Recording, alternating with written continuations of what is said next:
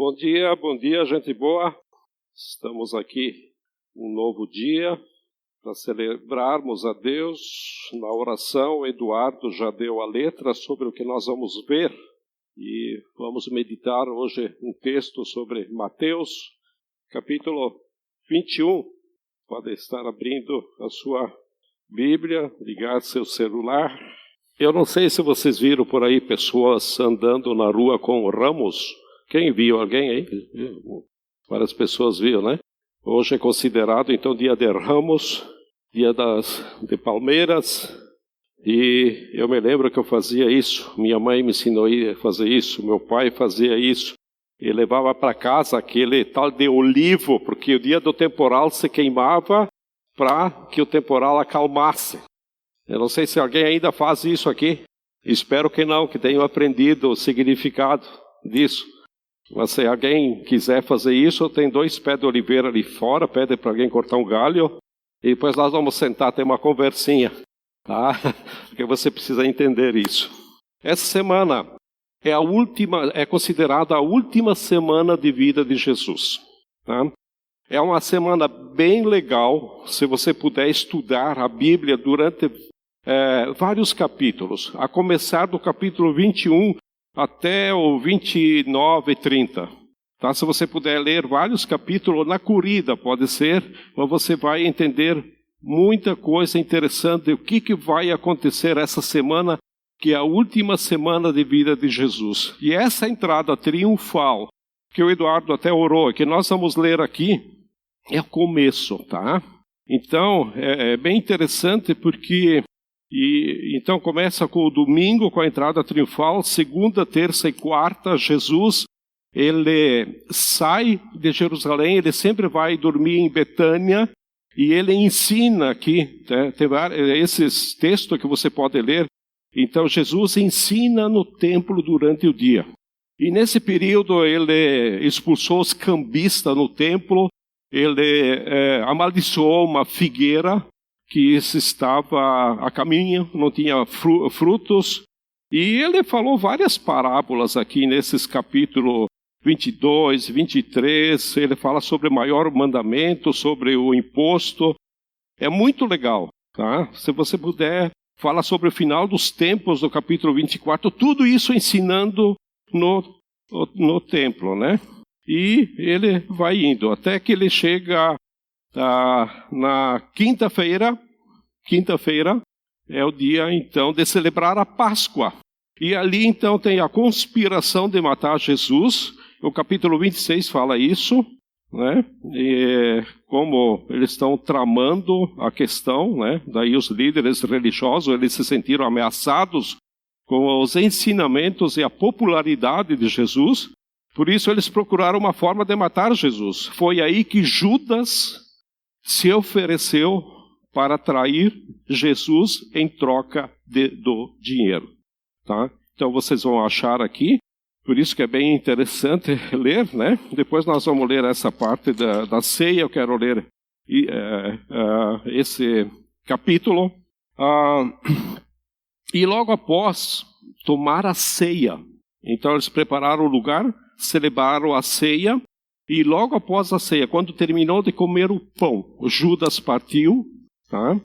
E ele saiu para entregar Jesus aos líderes. E Jesus e os discípulos tinham cantado um hino após a refeição, e eles foram para um jardim chamado Getsemane. E é lógico, Jesus foi orar porque ele estava se preparando para o que vinha, ele sabia o que vinha a seguir. E Judas veio com os guardas para prender Jesus. Jesus foi levado para a casa do sumo sacerdote para ser julgado. Quinta de noite e a sexta de manhã, a madrugada, durante a noite e a sexta de manhã, Jesus foi interrogado pelo sumo sacerdote, pelo governador Pilatos e o rei Herodes. E Pilatos decidiu condenar Jesus à crucificação, né? E mais ou menos aqui foi que Judas se suicidou, porque ele percebeu a besteira que ele fez de entregar Jesus, tá? E então, depois, o julgamento lá não tem burocracia. Eles julgaram e já Jesus foi pro muro de Gólgota, onde que ele foi crucificado. Tá? Durante a madrugada ele foi chicotado, ele foi machucado. Então não foi só no caminho carregando a cruz para o Calvário que ele levou a surra. E Jesus foi crucificado e por volta das 3 da tarde morreu, onde houve um terremoto, e foi o momento em que se partiu o véu de cima a baixo. E quando ficou confirmado que Jesus realmente tinha morrido, ele foi sepultado em um lugar próximo daí. E no sábado, o túmulo, então a guarda é reforçado, porque eles suspeitavam que os discípulos talvez podiam ir lá roubar o corpo, né? Além da pedra, eles colocaram um selo. Né? E no domingo de madrugada, então, houve um terremoto, houve a ressurreição de Jesus, e aqui vou deixar para domingo, que o estudo de domingo que vem vai ser falado sobre isso. O Adelar vai falar sobre a questão da ressurreição e sobre a Páscoa. Então vamos para o nosso texto, Mateus capítulo 21. Vamos ler de 1. Eu quis dar essa ideia para você poder acompanhar. Se você puder estudar esses capítulos de 1 até 29, até a ressurreição de Jesus, você vai ganhar muito, você vai aproveitar muito essa semana. O pessoal da célula também quer aproveitar, é bem legal. A entrada triunfal de Jesus. Quando se aproximaram de Jerusalém, a chegada de Betfagé, ao Monte das Oliveiras, Jesus enviou 2 discípulos, dizendo-lhes: vão ao povoado que está adiante de vocês. Logo encontrarão uma jumenta amarrada, com um jumentinho ao lado, amarrado também. Desamarem-nos e tragam-nos para mim. Se alguém lhes perguntar algo, digam-lhe que o Senhor precisa deles e logo os enviará de volta. Isso aconteceu para que se cumprisse o que fora dito pelo profeta. Digam à cidade de Sião: eis que o seu rei vem a você, humilde e montado num jumentinho, cria de jumenta. Os discípulos foram e fizeram o que Jesus tinha ordenado. Trouxeram a jumenta e o jumentinho, colocaram sobre eles os seus mantos, e sobre estes Jesus montou. Uma grande multidão estendeu seus mantos pelo caminho. Outros cortavam ramos de árvore e os espalhavam pelo caminho. A multidão que ia diante dele e os que o seguiam gritavam: Hosana ao filho de Davi! Bendito é o que vem em nome do Senhor, hosana nas alturas. Quando Jesus entrou em Jerusalém, toda a cidade ficou agitada e perguntava: quem é este? A multidão respondia: este é Jesus, o profeta de Nazaré da Galileia.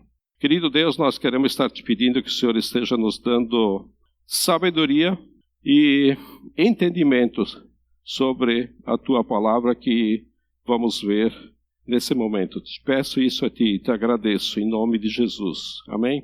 Então, como eu falei no começo, hoje é comemorado o Domingo de Ramos, segundo o calendário das cerimônias ou festividades religiosas. O Domingo de Ramos é justamente aquele dia em que Jesus entrou de forma triunfal na cidade de Jerusalém. Como eu falei antes, inaugurando a última semana de vida dele, chamada de Semana Santa. Hoje vocês devem ter visto pessoas por aí, como comentei antes, né? Então é algo que é celebrado pela igreja, comemorado melhor pela igreja católica. E a entrada de Jesus em Jerusalém, ela foi soberanamente prevista dentro do plano de Deus para esse acontecimento.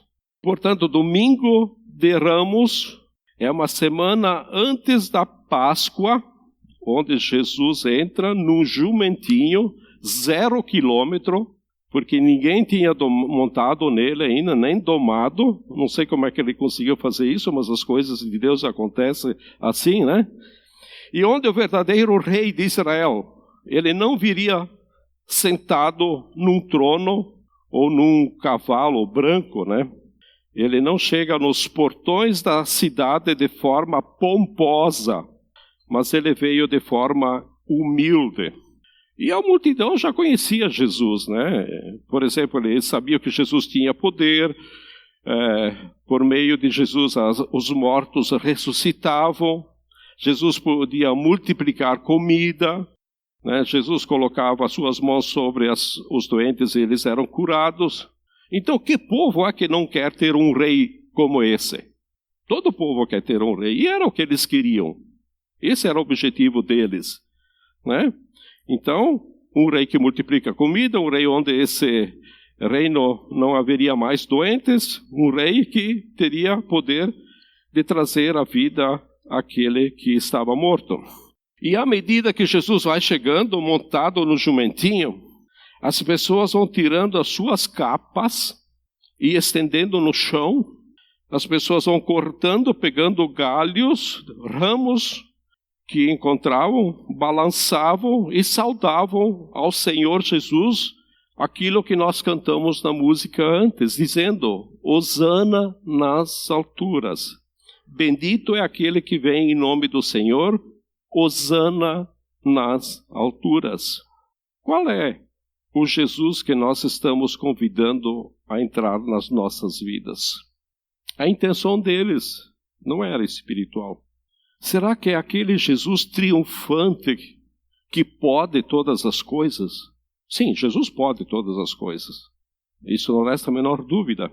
Ou você está recebendo Jesus como Ele é, aquele que veio de forma humilde para entrar nas nossas vidas. Jesus veio resolver um problema que havia em nós, que é o pecado, para que a semelhança dele também nós fôssemos humildes. Desde o nascimento até esse ponto, Jesus nunca demonstrou algum tipo de ostentação. Tanto que ele veio montado num burrico. Jesus nunca chamou atenção em si mesmo com o objetivo que não fosse a vontade do Pai de vir ao mundo, cumprir a sua obra, vendo todos os dias a cruz do Calvário. Jesus não tinha motivação política. O reino de Jesus não é esse reino da política, né? A política de Jesus não é política que nós estamos acostumados. Por isso Jesus entra em Jerusalém, montado num jumentinho humilde, para provar que ele é o único Senhor. E essa entrada foi marcada por 3 pontos que eu quero destacar aqui. Primeiro ponto, foi uma entrada humilde. O versículo 5, que nós lemos aí há pouco, o interesse de Mateus aqui é mostrar a humildade do rei, a humildade do Messias entrar em Jerusalém montado no jumentinho. Ele mostra o rei entrando na cidade de forma pacífica, montado num jumento, e assim se cumpre uma profecia que foi dita lá em Zacarias capítulo 9, versículo 9, que diz: Alegre-se muito, cidade de Sião, exulte Jerusalém, eis que o seu rei vem a você, justo e vitorioso, humilde e montado num jumento, um jumentinho cria de jumenta. Então isso já era falado antes da vinda de Jesus. Então essa é a mensagem dita, né, antes. E onde indica para as pessoas daquela época, e hoje para nós, que a missão de Jesus era de boa vontade. Ou seja, ele estava aí como um rei, e esse rei é o príncipe da paz. Jesus mostra que o seu reino não é desse mundo. E essa entrada a Jerusalém foi chamada de triunfo de Cristo. Mas por que triunfo de Cristo? Porque foi uma entrada humilde, onde foi a vitória da humildade sobre o orgulho, da pobreza sobre o bastante, da mansidão, da gentileza sobre a ira e a malícia que aquele povo tinha. O que representa isso? Representa que Jesus é o símbolo do céu, onde revela a boa vontade de Deus estendida até nós. E quantas vezes nós usamos de orgulho e de poder superior, ou até arrogância, para decidir muitas coisas, onde muitas vezes você não se preocupa com o outro, mas só consigo mesmo, e quer subir nas costas do outro para ficar mais alto, mais visível e mais forte. Pense em sua vida e deixe Jesus entrar com o seu jumentinho na sua vida. Mateus, capítulo 11, 29 e 30, o próprio Jesus diz: tomem sobre vocês o meu jugo e aprendam de mim, pois sou manso e humilde de coração. E vocês encontrarão descanso para as suas almas, pois o meu jugo é suave e o meu fardo é leve. Então esse texto mostra que Jesus quer ficar com as nossas cargas pesadas e quer dar para nós alívio, conforto. Ele não era como os fariseus que tinham 400 itens na lista de obrigações e eles colocaram mais 400 itens na lista das obrigações do Velho Testamento, né, sobre aquele povo. Não, Jesus não é isso. Pelo contrário, ele disse que é necessário amar a Deus acima de todas as coisas e o próximo como a si mesmo.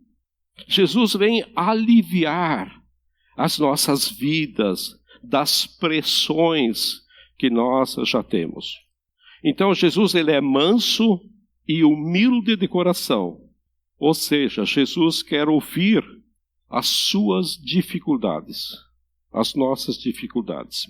Segundo lugar, Jesus foi louvado pelo povo.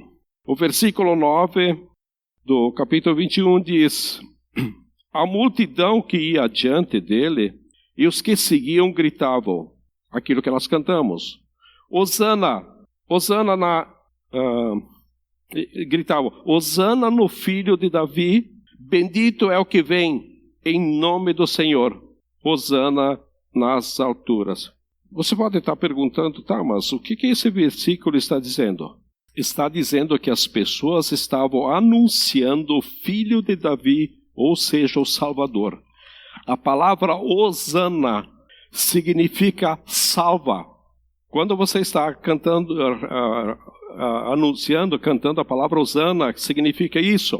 Então, Hosana é uma saudação de reconhecimento que Jesus é o Senhor, é o Salvador melhor. Jesus, que até nesse momento não havia se declarado o Messias, esse foi um outro ponto importante, ele vai se declarar o Messias. Ele vai dizer agora que é filho de Davi, o filho de Deus, porque ele revela isso? Porque o fato dele dizer que era o Messias, estava sendo cravada a sentença da sua morte. Ele é julgado e ele é condenado exatamente porque ele assumiu o fato de ser o Filho de Deus. Se você vai ler os textos que eu falei antes, você vai ver o que os interrogadores vão perguntar: mas com que autoridade você vem aqui falar essas coisas? E Marcos, capítulo 11, versículo 18, diz: os chefes dos sacerdotes e os mestres da lei ouviram essas palavras e começaram a procurar uma forma de matá-lo, pois o temia. Eles temiam Jesus. E Jesus, ao se declarar rei, o Messias, Jesus, de certo modo, está assinando a sentença de morte. E ele estava aí, no meio do povo, né, onde humanamente ele estava participando da nossa história, das nossas dificuldades, onde ele ia passar momentos difíceis, sim, mas ele ia vencer para nos reconciliarmos com Deus. E Paulo fala isso, né? 2 Coríntios capítulo 5, versículo 19. Deus, em Cristo, estava reconciliando consigo o mundo, não lançando em conta os pecados dos homens. Ou seja, Deus não levou em conta os meus pecados do passado, os seus pecados do passado. Tá? Ele tem um relógio, vamos dizer que ele tem um cronômetro, e ele dá a partida, ele liga e dá a partida a partir do momento em que eu aceitei Jesus. No momento em que você aceitou Jesus, ele aperta o cronômetro, ou seja, o que eu fiz no passado já passou. Ele conta a partir em que aceitei Jesus e vou caminhar com Jesus. E na sua vida também é assim, ou pode ser assim. Na sua vida é assim, ou pode ser assim, porque pode não ser. Desde que você abra o seu coração para Jesus.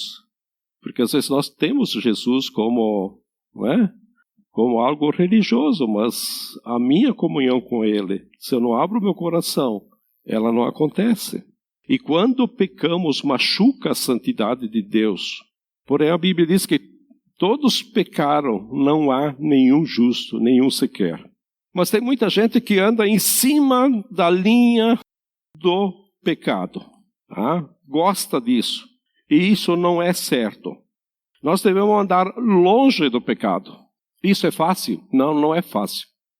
Eu ouvi uma história, eu acho que ela ilustra bem. No deserto é deserto, né?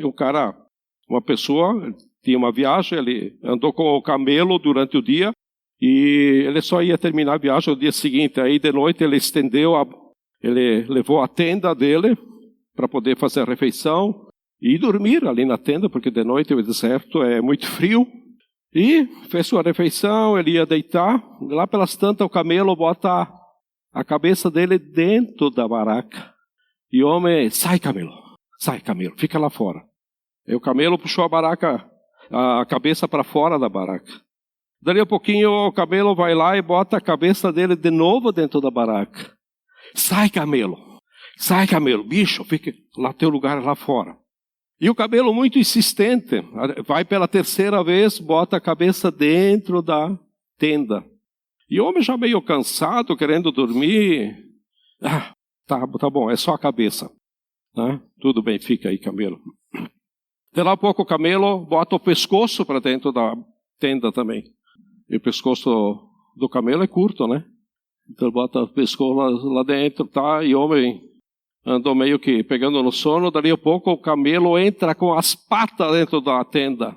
E ele derruba a tenda. Porque ele não cabia dentro da tenda. Ele era enorme. E derruba a tenda sobre o homem. Então isso ilustra como o pecado ele atua. Assim age o pecado em nós. O pecado ele é insistente. Então, tem coisa que nós precisamos tomar providência. Não. E ele persiste, não. Não dá chance para ele botar a cabeça. Né? Às vezes a cabeça é o pensamento, às vezes, sei lá, né? Algo que está na nossa frente. E assim andamos em cima da linha do pecado. Então precisamos estar alerta com o pecado, porque é um fato verdadeiro para todos nós. Ninguém está livre disso. Por isso Jesus é a resposta de Deus para as nossas almas inquietas, as dúvidas e a mancha do pecado provocadas pelas transgressões humanas.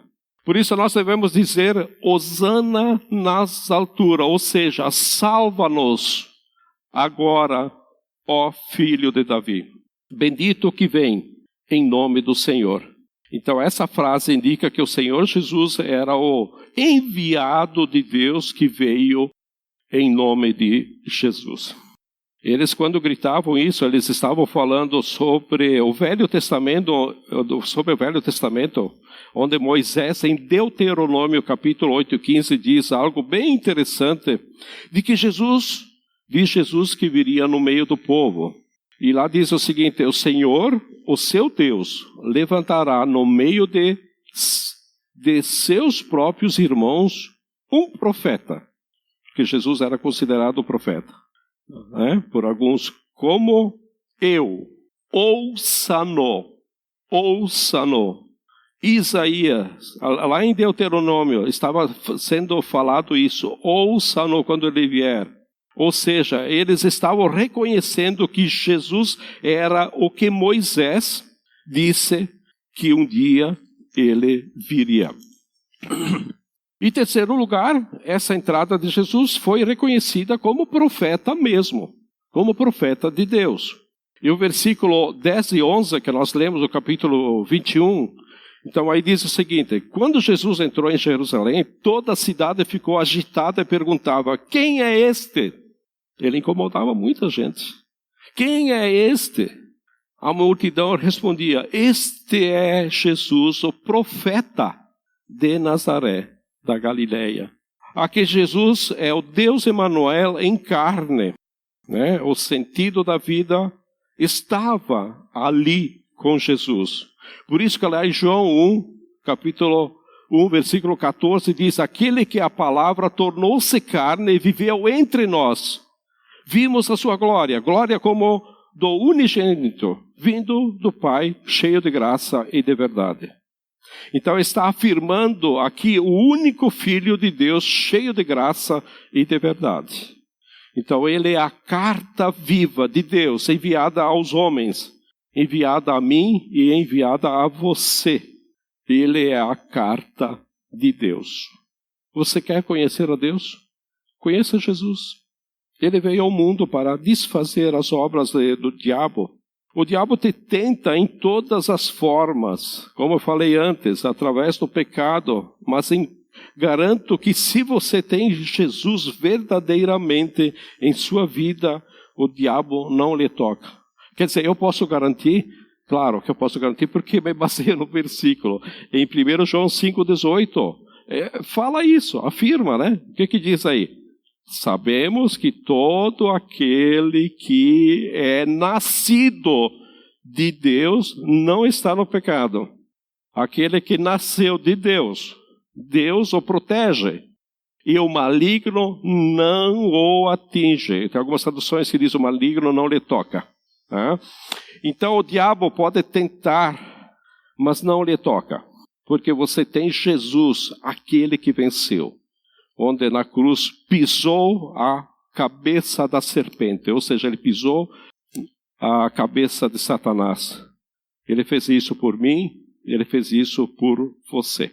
Jesus veio salvar os homens nos seus delitos e pecados. Nós, homens pecadores, né? Então, não adianta reconhecer que somos pecadores, mas é necessário confessar o seu pecado. É necessário entregar o seu pecado a Jesus. Dizer: Jesus, eu pequei nisso, naquilo outro. Né? Eu te confesso os meus pecados, porque a tua palavra afirma que tu és fiel para perdoar todos os meus pecados e me purificar de toda injustiça. Então, por isso eu estou aqui, né? Para te dizer que sou pecador, porque fiz isso, faço aquilo outro. Senhor, me livra. Não só dizer que sou pecador, mas confessa, fala a atitude, aquilo que você pisa na bola, né? E clama: Senhor, me livra. Me livra deste mal que é o pecado na minha vida. Me livra daquele que opera para o pecado na minha vida, que é Satanás, que fica tentando. E eu não quero mais viver na sombra do diabo, mas eu quero viver na luz de Jesus, nós todos pecadores. Assim como a história que contei do homem lá do deserto, às vezes nós deixamos que o inimigo ele entre por baixo, né? Por baixo e derrube a tenda que nós fizemos. Então o pecado é algo muito, muito sério, que às vezes nós passamos assim meio de leve, com o tempo até nos acostumamos com ele. Jesus, eu pequei. Não, muito cuidado. Ele é bem o estilo do camelo. Ele chega, vai por baixo, quando tu vê, se foi a tua tenda. Jesus triunfou em Jerusalém. Outro detalhe bem importante aqui é que Jesus ele triunfou em Jerusalém pelo estranho caminho da cruz. E é bem estranho Jesus entrar na cidade como rei e morrer numa cruz, né? E foi uma morte de bandido. Jesus deixou-se morrer por nós, deixou-se morrer por mim e deixou-se morrer também por você. Quando Jesus, que era homem, foi pregado na cruz, e eu creio que isso aconteceu ainda quando a cruz estava no chão, antes de erguer a cruz, quando o cravo foi cravado na mão esquerda, deve ter doído muito. E quando ultrapassaram na mão direita, também deve ter doído muito. Quando seus pés foram atravessados por cravos enormes, deve ter doído muito. Na sua cabeça, quando os espinhos entravam na sua cabeça, deve também ter doído muito. E a coroa de espinho, quando você vai ler esses textos aí, foi colocado ainda na cabeça dele, não só quando subiu a cruz, ainda quando estava sendo interrogado, teve um momento que fizeram isso para humilhar ele, além de chicotá-lo. As chicotadas que ele levou, onde o seu corpo foi moído, deve também ter doído muito. Como se não bastasse. Depois de pendurado, o seu corpo foi, também, ele foi perfurado com uma lança antes de morrer. Aí também deve ter doído muito. Agora, imagina Jesus fazendo isso por você e por mim. Jesus morrendo por você, e foi vontade dele. Ele deixou-se morrer por nós, por mim e por você. Como respondemos a essa morte triunfal de Jesus? Isso dependerá do nosso futuro, aqui na terra, e especialmente quando chegar na eternidade. Isso tudo depende se deixarmos o príncipe da paz entrar em nossos corações, entrar em nossas vidas. Paulo, em 1 Timóteo capítulo 2, fala: pois há um só Deus e um só mediador entre Deus e os homens, o homem Cristo Jesus. E isso mostra que entre nós e Deus existe um vazio enorme. Um vazio enorme. Por isso só Jesus é o único caminho que nos leva a Deus. Nós estamos chegando na semana da Páscoa, chamada Semana Santa, Semana da Páscoa. Parece que nós damos um valor a mais. Mas acho que é bem interessante começarmos de hoje a meditar e pensarmos da mesma forma. Porque é um tempo especial de meditarmos em Jesus para compreender a dimensão desse fato, para que possamos estar juntos nessa história com Jesus. Olharmos para nós, olharmos a maldade que está dentro do nosso coração e vermos que aquilo que Jesus fez na cruz não foi uma bondade qualquer, mas foi a única coisa que Deus poderia ter feito para que, por meio do seu Filho, ele pudesse, de uma vez por toda, resolver o problema do mal. Morrendo na cruz do Calvário, em substituição a cada um de nós, pagando o nosso pecado. Dali a 3 dias, ressurgindo como Cristo vitorioso, para que, por meio da morte e da ressurreição, eu e você pudéssemos experimentar, viver uma vida plena em o que é ser povo de Deus, o que é ser discípulo de Deus, o que é ser uma comunidade onde o Espírito Santo se faz presente no nosso meio. Então aqui, todos nós possamos erguer nesse dia os nossos ramos, colocarmos as nossas capas para que o Rei da Glória, que vem de forma humilde, possa entrar em nossa vida com o jumentinho também e fazer diferença em cada um de nós diante de tudo o que Ele é. Eu quero orar nesse momento. E eu gostaria que, antes da ceia, você tivesse um tempo para falar com Jesus. Confessar algo que você gostaria de falar para Ele, se você se sente longe dEle, se você pisou na bola, ou se você precisa de ajuda, porque ele é humilde e Ele quer ouvir você. Ele quer ouvir você. Então, eu quero dar um tempinho agora para você orar, para você confessar, para você pedir, para você clamar aquilo que o Espírito Santo está colocando no seu coração. Então vamos ter esse tempinho aí, um minutinho. Obrigado, querido Jesus, porque podemos chegar na Tua presença, Senhor, porque um dia, exatamente nessa semana da Páscoa, no momento da ressurreição, o Senhor rasgou o véu, aonde que só podia entrar um sacerdote uma vez por ano. E quando o Senhor rasgou aquele véu, de cima a baixo, por que de cima a baixo? Porque é o Teu poder, porque o Senhor fez isso dos céus para onde nós estávamos. E abriu para que nós pudéssemos chegar na presença do Senhor Jesus. O Senhor Jesus que morreu, que ressuscitou, que pagou o preço dos nossos pecados, pagou as nossas dívidas, as nossas transgressões, nossos pecados, as nossas maldades, tanta coisa que havia e ainda há no nosso coração. Por isso, Jesus, queremos te agradecer e queremos, Senhor, estar contigo. Nós queremos que o Senhor faça parte da nossa vida, que o Senhor faça parte no dia a dia. Queremos estar presente contigo, Senhor. Nos ajude, ó Pai. Nós precisamos de Ti, ó Pai. Nós precisamos de Ti, ó Jesus. Que essa semana possa ser uma semana especial para meditarmos e entendermos a vitória que o Senhor teve de ressuscitar e estar à direita do Pai. E o Espírito Santo estar operando em nossas vidas. Muito obrigado, Senhor. Nós te louvamos por isso. Em nome de Jesus. Amém?